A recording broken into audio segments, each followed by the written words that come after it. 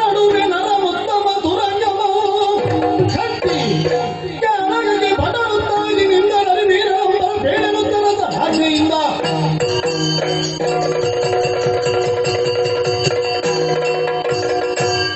ಸುತ್ತಲೂ ಪದ್ಮವ್ಯೂಹ ರಚಿತವಾಗಿದೆ. ಜಂಬಗಾಮ ಕೇರಳ ಮಂಡಲದಲ್ಲಿ ಒಂದಂತಹ ಧರ್ಮ ಪರೀಕ್ಷೆಯಲ್ಲಿ ಉತ್ತೀರ್ಣರಾದ 45 ಜನರಿಂದಲೇ ನಾವು ಪಾಂಡವ ಪಾಳೆಯವನ್ನು ಎದುರಾಗುವುದಕ್ಕೆ ಮುನ್ನುಗ್ಗಿ ಬಂದ ಕಾಲದಲ್ಲಿ ಯಾವ ವ್ಯೂಹ ಸರ್ವ ವ್ಯೂಹಗಳಲ್ಲಿ ನೈಪುಣ್ಯವನ್ನು ಹೊಂದಿ ಎಲ್ಲವನ್ನೂ ಭೇದಿಸಬಲ್ಲಂತಹ ತ್ರಿಲೋಕ ವಿಕ್ರಮಿಯಾದ ಪಾರ್ಥನಿಗೆ ಯಾವ ವ್ಯೂಹ ಅಂತ ಕೇಳಿದರೆ ಪಾರ್ಥನನ್ನು ಲಕ್ಷ್ಯವಾಗಿಸಿ ತೊಡಗಿದ ಹೋರಾಟವೇ ಅಲ್ಲವಲ್ಲ, ಪದಮದಳಾಕ್ಷರಾದ ಪದ್ಮನಾಭನನ್ನೇ ಕಾಮಿಸಿ ನಡೆಸುವ ಕಾದಾಟವಾದದ್ದರಿಂದ ಪದ್ಮವ್ಯೂಹವೇ ಯುದ್ಧ ಎಂಬ ಭಾವದಿಂದಲೇ ವೀರರಿಗೆ ಬದ್ಧಾಹ್ವಾನಜನಕವಾದಂತಹ ವ್ಯೂಹವನ್ನು ರಚಿಸಿದ್ದು. ವ್ಯೂಹ ಮಧ್ಯದಲ್ಲಿ ನರಳು ಉತ್ತಮ ತುರಂಗವನ್ನು ಬಂಧಿಸಿ ನಿಲ್ಲಿಸಿ ಆಗಿದೆ. ಹರಿಭಟರು ಎತ್ತಾಗಿ ಬರುವಾಗ ತಡೆ ಹಿಡಿಯುವುದಕ್ಕೆ ಬೇಕಾದ ಸುಭಟರನ್ನು ಆಯಾ ಕಟ್ಟಿನ ಸ್ಥಾನದಲ್ಲಿ ನಿಲ್ಲಿಸಿ ಆಗಿದೆ. ಯಾರು ಬರ್ತಾರೆ? ಎದುರಾಳಿಯ ಪಕ್ಷದಿಂದ ಬರುವ ಸರ್ವರನ್ನು ಸದೆಬಡಿಯುವುದಕ್ಕೆ ಸನ್ನದ್ಧರಾಗಿ ಯಾರಲ್ಲಿ ದೂತರು ಹೋಗಿ ಬಿಡಿಸಿಕೊಳ್ಳುವುದಕ್ಕೆ ಹೇಳಿ.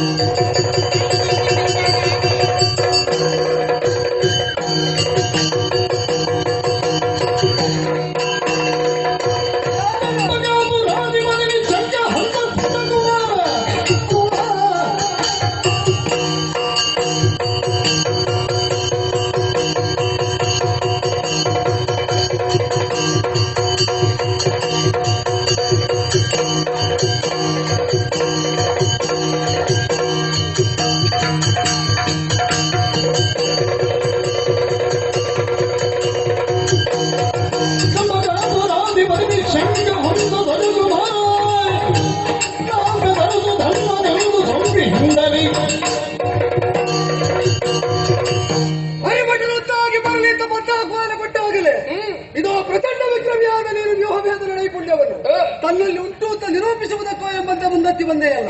ಇದು ಮಧುಚಂದ ವಂಶದಲ್ಲಿ ಹುಟ್ಟಿಸಿದಂತಹ ಚಂಪಕಾವತಿ ಅಧಿಪತಿಯಾದ ಹಂಸಧ್ವಜ ಕುಮಾರ ಸುಧರ್ವ ಎದುರಾಗಿ ನಿಂತದ್ದು. ಎದುರಿಸುವುದಕ್ಕೆ ಬಂದಂತಹ ಪಡುಭಟನಾದ ನೀನು ಯಾವ ಕುಲದಲ್ಲಿ ಉದಿಸಿದವು? ಅಪ್ಪ ಯಾರು? ನಿನ್ನ ಹೆಸರೇನು? ನಿನಗೂ ಪಾಂಡವರಿಗಿರುವ ಸಂಬಂಧ ಏನು? ಹೇಳು.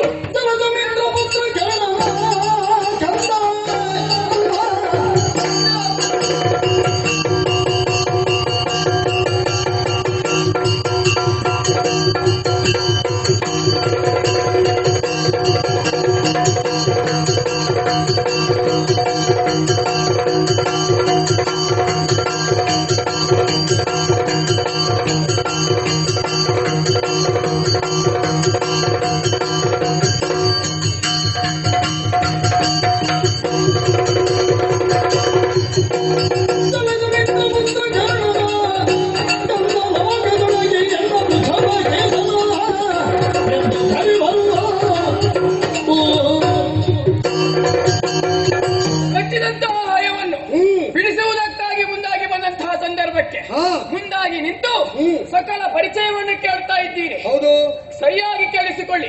ಕಶ್ಯಪ ಗೋತ್ರದಲ್ಲಿ ಹುಟ್ಟಿಕೊಂಡವನು ನಾನು.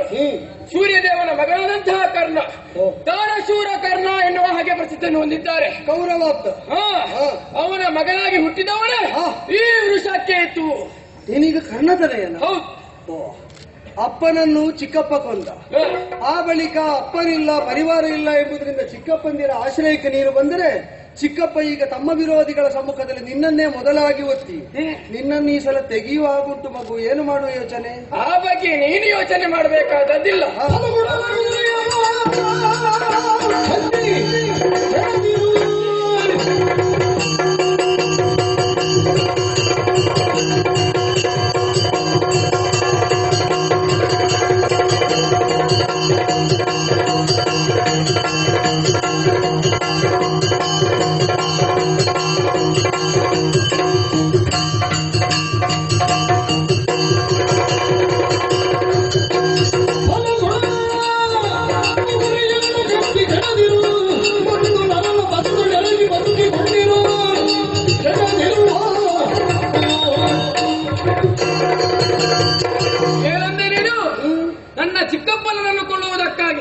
ನನ್ನನ್ನು ಕಳುಹಿಸಿಕೊಟ್ಟಿದ್ದಾನೆ ಎನ್ನುವ ಹಾಗೆ. ಅಪ್ಪನದ್ದು ಮಗನದ್ದು ನಿರರ್ಥಕವಾದ ಸಾವಾಗುತ್ತದೆ, ಸಾರ್ಥಕವಾದದ್ದಾಗುವುದಿಲ್ಲ ಅಂತ ಒಂದು ಎಚ್ಚರಿಕೆಯ ಮಾತು ಹೇಳಿದ್ದು. ವೈರಿ ಆದ್ರೆ ಆ ಬಗ್ಗೆ ನೀನು ಯೋಚಿಸಬೇಕು.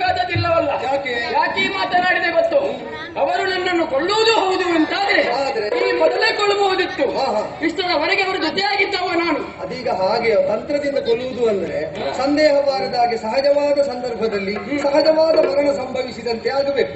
ಅದಾಗುವುದಕ್ಕೆ ಇದು ತನಕ ಸಂದರ್ಭ ಸಿಕ್ಕಿರ್ಲಿಕ್ಕಿಲ್ಲ, ಈಗ ಸಿಕ್ಕಿದೆ ಅಂತ. ಇಷ್ಟು ಸಮಯದಲ್ಲಿ ಅವರ ಬಗ್ಗೆ ನನಗೆ ಚೂರು ಅನುಮಾನ ಬಂದದ್ದಿಲ್ಲ. ಸ್ವತಃ ಮಗನ ಹಾಗೆ ನನ್ನನ್ನು ಸಾಕಿದವರವರಿದ್ದಾರೆ. ಹೌದು. ಹಾಗಾಗಿ ಅವರ ಪಕ್ಷದ ಬೆಂಬಲಕ್ಕಾಗಿ ನಾನು ಬಂದವರಿದ್ದೇನೆ. ಅಂದ್ರೆ ಪರಂಪರೆ ಬಿಡುವುದಕ್ಕಾಗುವುದಿಲ್ವಲ್ಲ. ಉದ್ದೇಶ ಉದಾತ್ತವಾದದ್ದಾಗಲಿ ಅನುದಾತ್ತವಾದದ್ದಾಗಿರ್ಲಿ, ಹಾಗೆಂತ ಸಾವೆಂಬುದು ಅಪ್ಪನಿಂದ ಮಗನಿಗೆ ಸಂಕ್ರಮಿಸಿ ನಿಮ್ಮ ಮನೆ ಸೂತಕನ ಮನೆ ಅಂತ ಆಗುತ್ತದೆ ಎಂಬ ಎಚ್ಚರಿಕೆ ಹೇಳಿದ್ದು ನಾನು. ಹಾಗಂತ ನನ್ನ ಕೈಯಲ್ಲಿರುವುದು ಆಟಿಕೆ ಅಲ್ಲ. ಅದು ಬಾಯುಧ ಅಂತ ತೋರಿಸಬೇಕಾದ್ರೆ ಹಿಡಿದಿರೋ ಸಾಲದಲ್ಲ, ತೆಗೆದು ಬಿಡಬೇಕಲ್ಲ. ಬಿಲ್ಲನ್ನು ಹಿಡಿಯುವ ಜೇಬಳೆಯುವ ಸರ್ವವನ್ನು ಸಂಧಿಸುವ ಸೆಳೆಯುವ ಬಿಡುವಂತಹ ಚಮತ್ಕೃತಿಯನ್ನು ನಾನು ಚೆನ್ನಾಗಿ ಬಲ್ಲೆ. ಇಷ್ಟು ಹೇಳಿದೆಯಲ್ಲ, ಅದಷ್ಟನ್ನು ಮಾಡಿ ತೋರಿಸು.